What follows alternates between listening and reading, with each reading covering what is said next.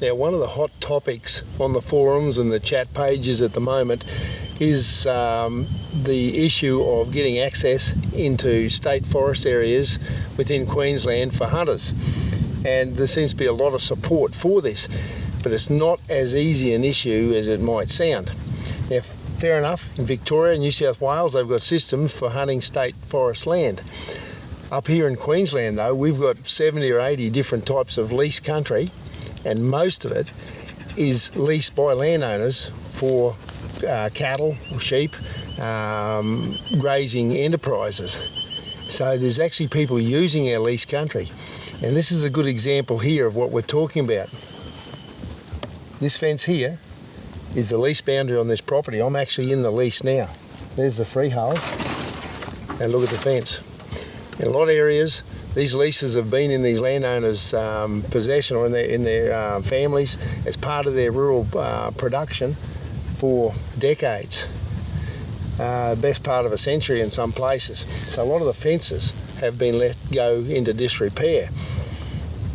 And just picture this for a while. We've got hunters on this side that are working under a balloted system. They're all paying a daily rate and trophy fees for those animals. The animals are respected as a game animal on that property. Their numbers are kept down. The landowners are making economic return out of those deer. So they're really looked after on this side of the fence, and they're maintained in a sustainable basis.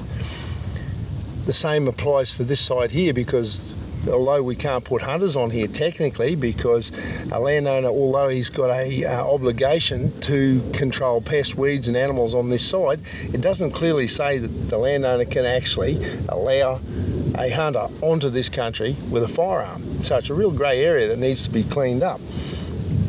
However, you just imagine if a system was put in place where somebody could get a $50 permit a year to go hunting on this country, and they didn't have to notify that landowner. We could be mustering cattle, spraying burr, fencing, doing something on this side of the fence, and there's somebody over here shooting that we don't even know about. Landowners simply will not put up with that. They'll end up hating the deer and other animals, and they will just get rid of them. Right? There's going to be clashes. And just imagine the situation unfolding where we've got a hunter coming up this side of the hill under a managed program on that property where that landowner is seeing those animals as an asset, and there's a 6.6 standing there. Right? This hunter is in here with a $50 licence. This one is on that landowner's freehold property, and this is the landowner's lease country, right, where the landowner's given them permission, and there's a stag standing there. What's going to happen? Right? There's going to be an issue between those two hunters. What will stop this guy that's got a $50 licence and nobody looking after him, nobody watching what he's doing, if that 6.6 is standing 5 metres inside that fence there, are you going to try and tell me that he won't jump over that fence or walk through it, look at that, to shoot that stag?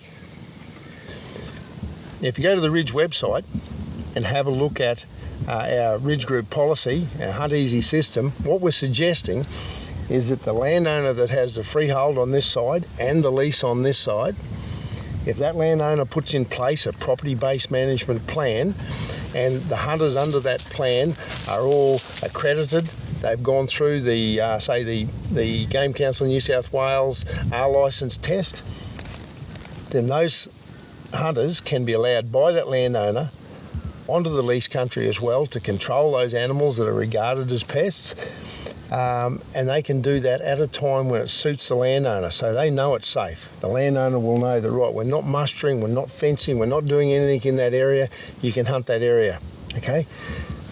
The other alternative that people are chasing now is that they should be allowed on that lease and override the landowner.